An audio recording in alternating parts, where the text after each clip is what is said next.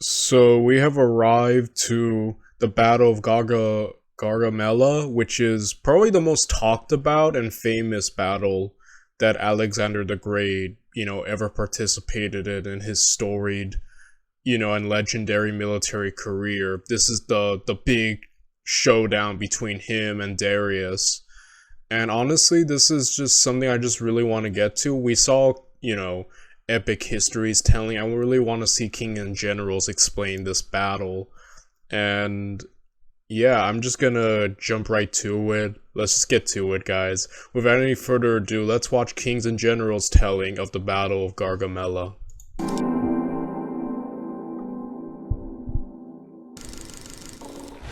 For Alexander the Great's legendary campaign against Darius III of the Achaemenid Empire, the winter of 332 to 331 was the calm before the storm. During that time, the Macedonian army had what amounted to a holiday in the gentle lands adjacent to the River Nile. But that holiday was now over. As the mountain snows thawed and the spring began, two of the greatest armies of the age were on the march. Alexander's force was smaller, but had proven itself supreme multiple times in the realms of discipline, technology, and command. Darius's newly raised imperial army was massive, its warriors drawn from the seemingly endless reserves of his continent-spanning empire. Persia was about to face off for one last time against Macedon at the Great Battle of Gaugamela in 331. Ever since his epochal triumph at Issus 2 years earlier, Alexander had been methodically reducing every potential center of resistance in the western part of the Achaemenid Empire. Syria had been secured and administered, followed by Phoenicia, Palestine, and the jewel in Persia's crown, Egypt. But as spring of 331 BC arrived, it was once more time to move on, this time into Persia's imperial heartland. The advance would be risky. Disconcerting news was even now arriving from Greece concerning Agis' revolt.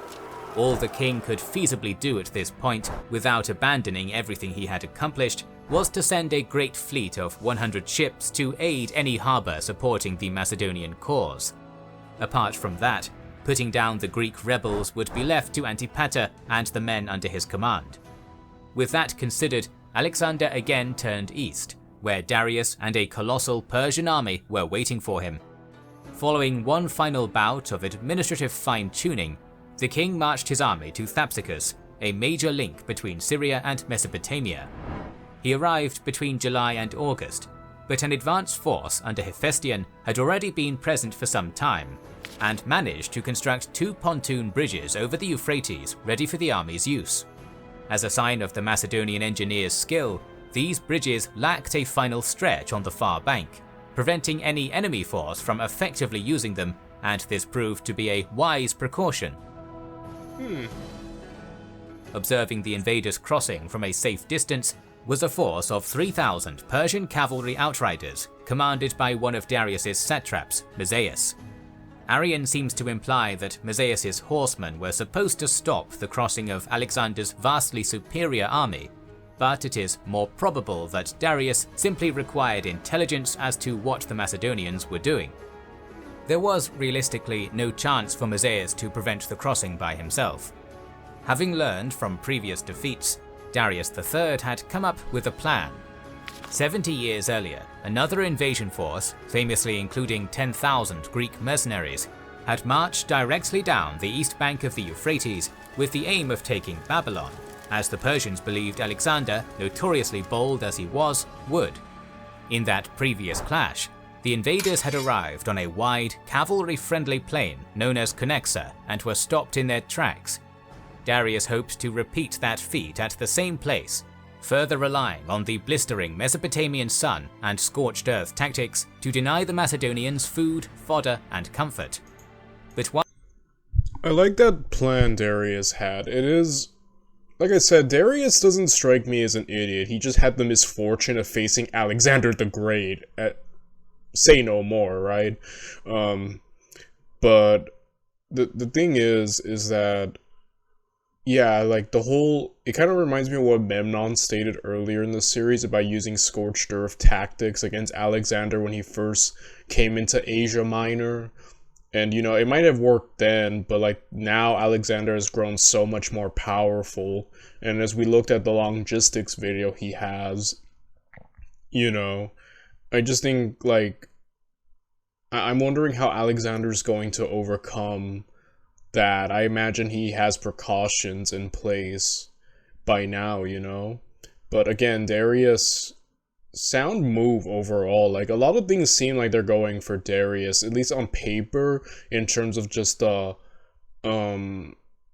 size of his armies and how diverse they are. But the thing is, like Alexander's, like the Macedonians really are just quality over quantity, because Alexander, I don't think ever fielded more than 40 to 50,000 men, I've heard.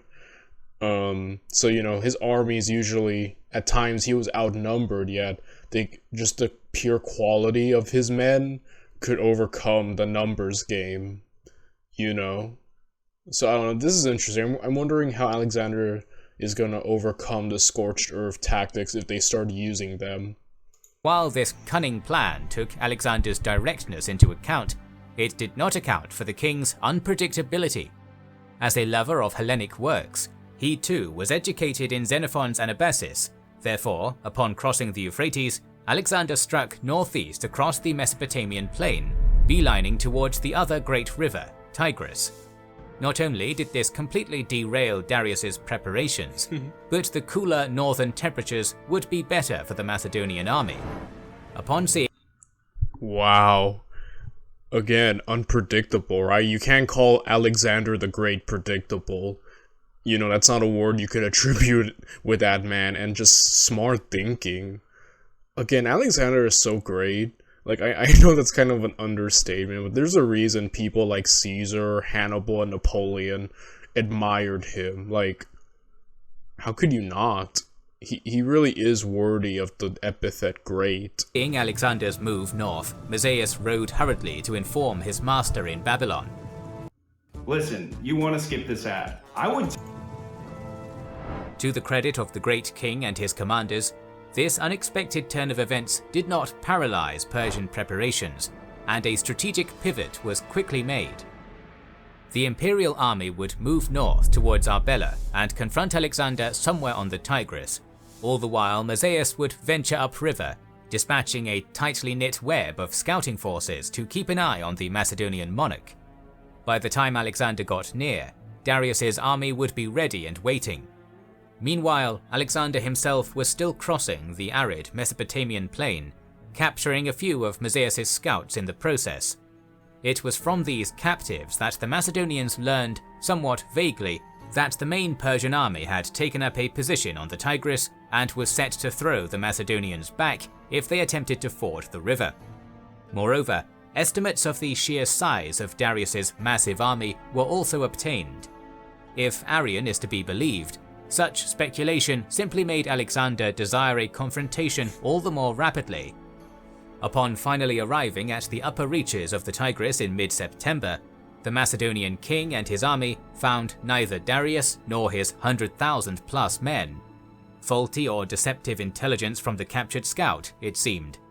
Still, deprived of his immediate fight, this did allow the Macedonians to cross to the far bank relatively easily, after which they were given a well-deserved rest before moving on. At about the same time, I really like Alexander's, like, again, boldness is like the word that keeps coming up in this series, which is just accurate. Nothing can deter him. He wants a fight. He hears the size of Darius's army. He's like, awesome, I can't wait. Like, I don't know, there's something really cool about that, I think. He's not deterred. He's like, heck yeah. The bigger, the better, I don't know, I admire that. Darius, vaguely aware of where Alexander was, reached Arbela. The two armies, now on the same side of the Tigris, were getting perilously close to one another. While Alexander continued pressing on with the river on his right and the mountains on his left, Darius managed to find a perfect replacement battlefield for the Great Plain of Connexa near the small village of Gaugamela. He marched his troops up and immediately set labourers to work, flattening hills, clearing rocks and trees, and employing every possible measure to make the plain as flat as possible.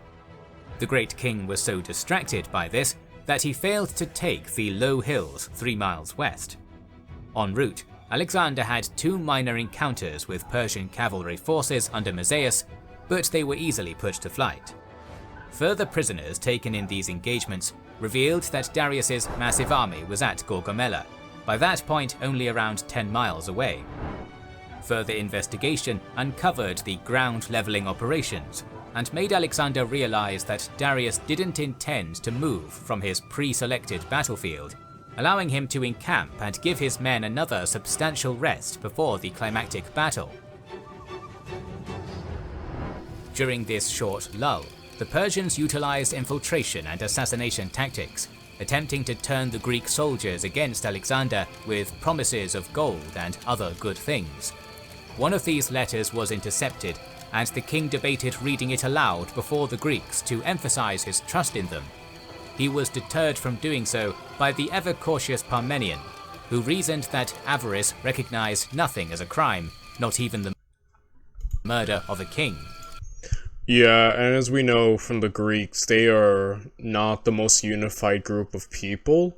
Alexander is sure keeping it all together, but as we see, especially when he dies, how quickly everything falls apart. Like, I'd imagine, yeah, a lot of the Greeks would kind of want to be like, that is a tempting offer. You know what I mean?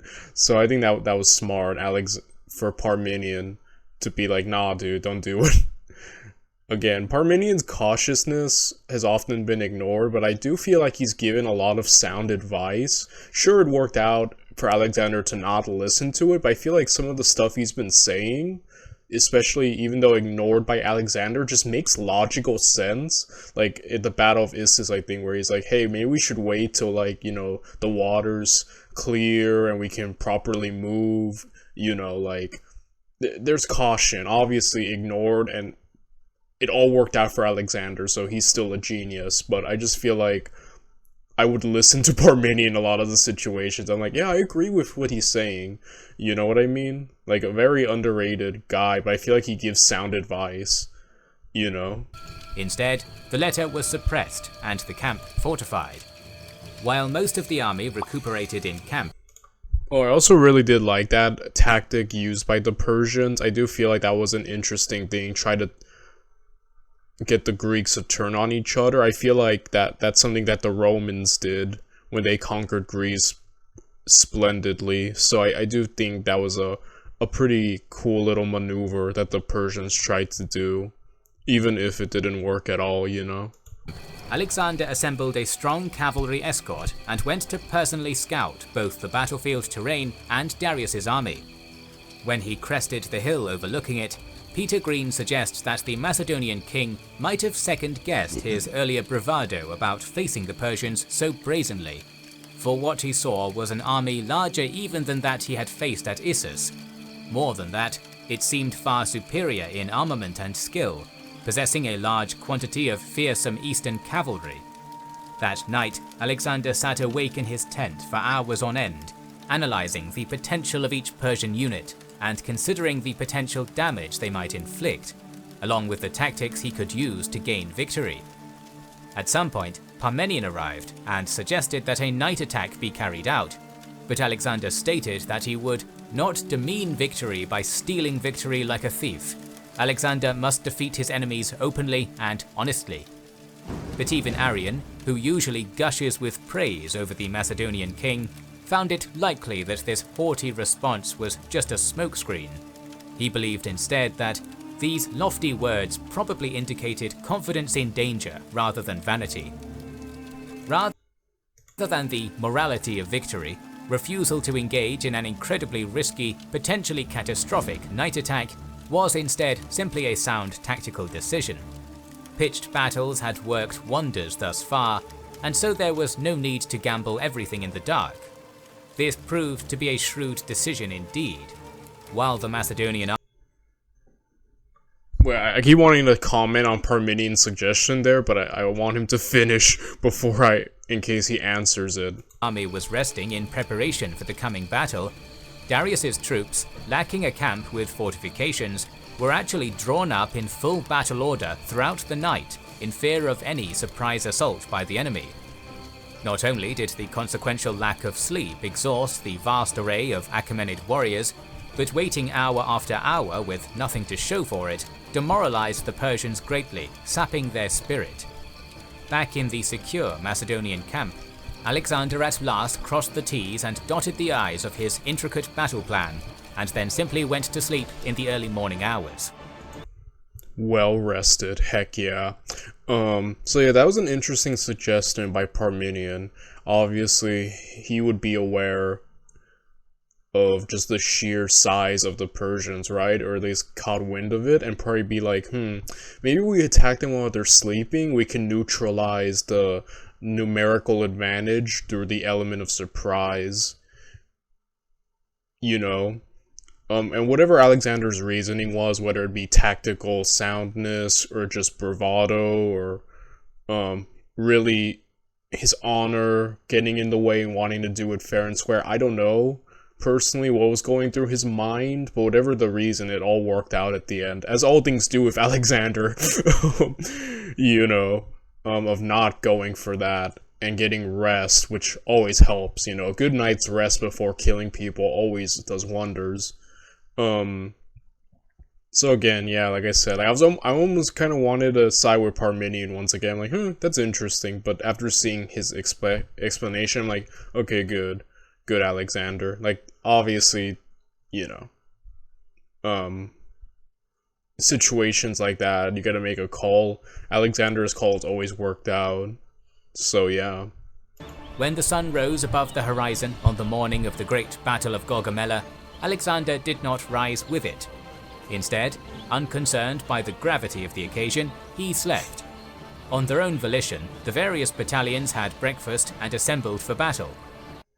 Hello, I'm Patrick. Only when knowledge of Alexander's plan became necessary for deployment did Parmenion, probably rolling his eyes a little, go and rouse the king from his slumber. No doubt curious as to just how the king was able to sleep so soundly when the largest army ever seen was right there over the hill, Parmenion asked him. Alexander simply responded by saying that he had indeed been worried when the Persians had been retreating and laying waste to the line of march. But now that pitched battle was on the cards, by Heracles, he has done exactly what I wanted. I kind of like this dynamic between Parmenion and Alexander, because Parmenion comes across like the reasonable older fellow, and he's like, no, Alexander, and Alexander's like the younger, more, yeah, I want to do it, like, you tell him no, he'll say yes, you know? Kind of like a weird buddy cop dynamic, I don't know why. And Parmenion really comes across as like Alexander's right-hand man, you know, with his importance of always holding the left and giving advice to Alexander. Like, Parmenion's really important, like, you know what I mean? I kind of like their dynamic, like the overly cautious. I don't know how much older Parmenion is, but he's being depicted as older, that's why I keep saying older. The overly cautious, more, you know, seemingly level-headed guy, and then Alexander the young, feistier, go-getter, you know? They just have an interesting dynamic. It's kind of funny to see, and I really like it. Not long later, Alexander and his army strode onto the Gaugamela plain in battle-ready formation. Finally, the Macedonian king and his Persian counterpart were face to face once more, and the great battle for Asia was about to begin. But this clash was not to be the walkover the Macedonians might have expected after their winter of luxury. Darius's army was so massive that its flanks extended beyond Alexander's by a significant margin, and outflanking was virtually assured. The Persian left and right wings were commanded by Bessus and Mazaeus respectively, while the great king Darius III himself was stationed in the center. On the left, Bessus commanded thousands of cavalry from his own satrapy of Bactria, together with Sogdians and Aracosians. Additional mounted strength was drawn from the nomadic peoples beyond Persia's northern frontier, who were in military alliance with the empire, such as the Sake and Dahe Scythians fighting as cataphracts or horse archers. On the right, Mazaeus had Syrians, Mesopotamians and Medes under his leadership, flanked towards the center by Parthian and even more Sake cavalry. Tepurians, Icanians, Albanians and Sacassinians from the Caucasus and the areas around the Caspian Sea formed the link between the right and center. The vanguard of Mazaeus' wing was composed of Armenian and Cappadocian riders.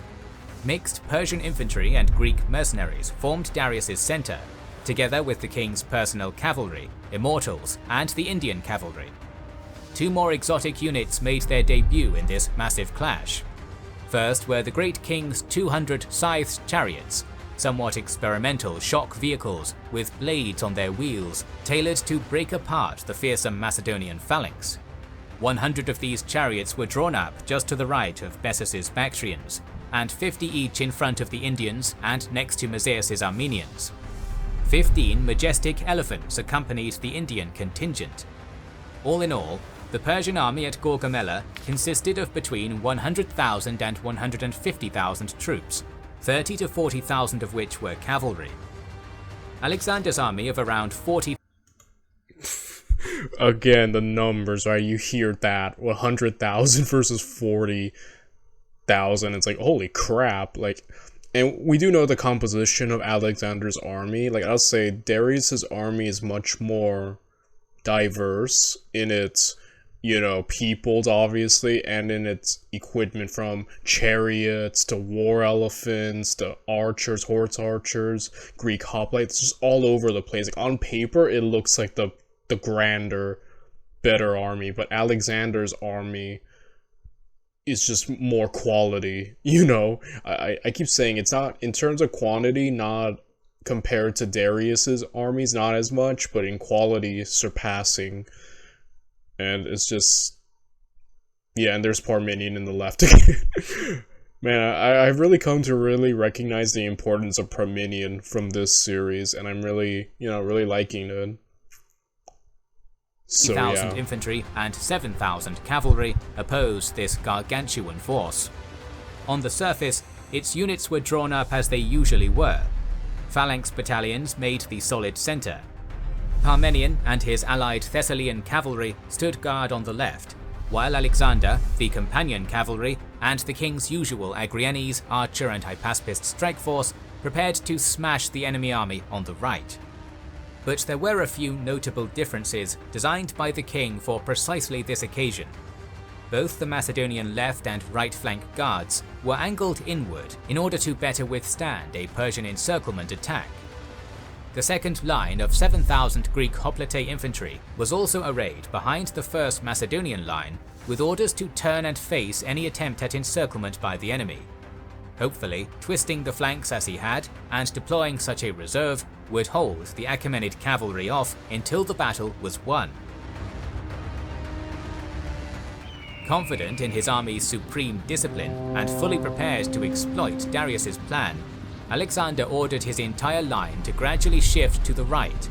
Simultaneously, the king personally took his right wing and began an oblique advance, as though aiming to outflank the Persian line with his numerically inferior forces.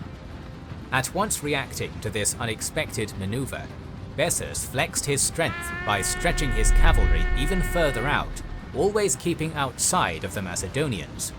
This in turn dragged units away from the Persian center. All of a sudden, it became obvious to the Achaemenid leadership that by edging his army to the right, Alexander was attempting to move the battle away from the leveled plain, therefore rendering much of Darius's long-planned strategy null and void. Regardless of his lacking numbers, Alexander continued drifting right until he was just short of the cleared zone. Wow, I love that. Even like this maneuver and him falling for it, like he mentioned, a lot not going against Darius's planning. Wow. Anxious to avoid fighting on the rough ground, Bessus finally committed his wing by launching a direct charge against the Macedonian right. This commitment was precisely the move Alexander had been attempting to provoke. As his companion Yeah, Bessus just fell for it. Hook, line, and sinker, cavalry joined battle with the ferocious Sake Bactrian horse that formed Bessus' vanguard, the Macedonian king fed additional units into the fray from deeper on his flank. Naturally, Bessus responded by committing the majority of his strength with the hope of crushing Alexander and rolling up his army. As this engagement was progressing on the Macedonian right, Darius III believed that the moment had come to wipe out this troublesome invader from the west once and for all. On the other Persian flank, Mazaeus launched an overwhelming cavalry assault against the ever-stalwart Parmenion, who was, as always, desperately outnumbered. All across the line, I love the trend of just every battle Parmenion on the left being outnumbered, not expected to completely win, and just hold the line. He basically becomes a wall every battle, and I really like that. It really goes to show you just how important he was to the overall army, you know? Persian scythed chariots, 200 of them, barreled forwards in an all-out rush to smash the Macedonian phalanx. Exercising the lockstep discipline for which they were known, Alexander's phalanx battalions refused to be intimidated by these contraptions. Instead, they simply opened lanes within their ranks, into which these horse-drawn chariots sped impotently. A few casualties were inflicted by the chariots here and there, but an effective combination of Agriani javellineering, royal guard, and army grooms put an end to Darius's wildcard, ripping the drivers from their vehicles and killing them. I really love the Agranaries. I'm not pronouncing that correctly, but when you're looking at Alexander's special units, they are just so epic. Even though kind of seen as skirmishers, they are really dope in terms of their ability to fight, their speed on foot, and just their great use of missiles. They really are just like a great unit that I'm always happy to hear about, you know? And man, that chariot charge is completely destroyed. Dang, it just discipline's the key word, right? The more disciplined your army is, the more likely you are to win.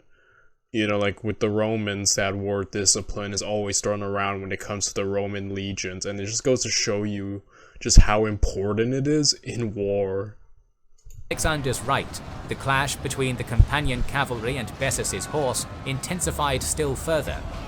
For the Macedonians, it was a ferocious battle against the odds, with Peter Green stating that Alexander's 1,100-strong spearmen were fighting a force 10 times its own size. Still more Persian cavalry units from the center entered the fray, attempting to dislodge these brilliant Macedonian warriors. It was then that Alexander saw his great opportunity. The singular focus on Bessus's engagement with Alexander had revealed a dangerous weakness in the Persian left center, precisely where Darius himself was positioned. The line had been frayed, and many units that would otherwise have been protecting the great king were now absent, committed to fighting against the companions. Now, leading a spearhead of his companions, hypaspists, and several unengaged phalanx units, Alexander charged Darius directly. With the raising of a great battle cry, I love Alexander's always trying to get straight to Darius. Every chance he gets, he's gonna charge him and try to take him out. Like, I don't know, I just love that. The Macedonian king's wedge mercilessly cut into the formations surrounding his Persian counterpart. Fighting was brutal and hand-to-hand. Macedonian cavalry spears thrust forward into the faces of the Persians, and Alexander even had more than one horse killed under him. With the help of the phalangites, Alexander scythed his way closer and closer to Darius. The Persian king, who had grown increasingly uneasy ever since the battle began, is said by Curtius to have drawn his sword and prepared to defend himself. However, even with the fate of his centuries-old empire on the line, Darius's skittish nature once more got the best of him. Faced by the Indian cavalry in the center cut through the Macedonian gap and went straight to Macedonian camp. rampaging elites of the Macedonian army, the King of Kings turned tail and ran for his life. I wonder if the Indian cavalry... No, never mind. Witnessing the royal flight, the majority of the Persian center collapsed. This was followed by Bessus's left, which gradually began disengaging in good order. The time was now for Alexander to seize Darius and with him the crown of the Achaemenid Empire, and so the chase began. However, before the bold and triumphant king of Macedonia could ride to claim his imperial prize, an urgent message arrived from Parmenion. The situation in the rear was critical. Unaware that their monarch had been driven off the field, Musaeus and his overwhelming cavalry wing was on the verge of snatching victory from the jaws of defeat. Moreover, a stray band of Persian and Indian cavalry had drifted through a gap in the Macedonian phalanx and were ransacking the camp. Almost certainly gritting his teeth in frustration, Alexander looked back to where his loyal general required his urgent assistance, and forth where Darius was distancing himself with every passing second. After that second of hesitation, Alexander turned his troops around and charged the inner rear of the cavalry bearing down on Parmenion. Although Again, Parmenion once again holding the line, man. He's like a wall. I keep calling him a wall because that's kind of what he is every battle. Always outnumbered, but never breaks against the pressure. I really love that. Victorious in this action also, against some of the best Parthian and Indian horsemen, over 60 of the companions were killed in the battle's hardest fighting. With the vast majority of Darius's army scattered to the four winds, and the Macedonians fully in control of the field, Parmenion rode to secure the Persian camp. The troops, meanwhile, were allowed a well-deserved rest. Alexander could hardly be too irritated that his enemy had escaped. Darius's second great army had been almost totally destroyed, his authority undermined, and the great king himself shown to be a coward unable to defend his empire. That being said, Darius had slipped the net, first to Arbela, where he regrouped with Bessus, and then further east. With the defeat of the last of the great king's organized forces, it was now time to move east into the great expanse of the Persian Empire, where Darius was to be captured, and Alexander could move on to the edge of the world. Our series on the Wars of Alexander will continue soon, so make sure you are subscribed and have pressed the bell button to see it. Please consider liking, commenting, and sharing. It helps immensely. That was amazing. Really, truly, just against the odds, Alexander once again overcomes. Dude, I'm really loving this series. I think it might be my favorite series we've ever done on this channel. I'm gonna jump to the next part, which is about the Battle of the Persian Gates, which is coming out tomorrow. See you then.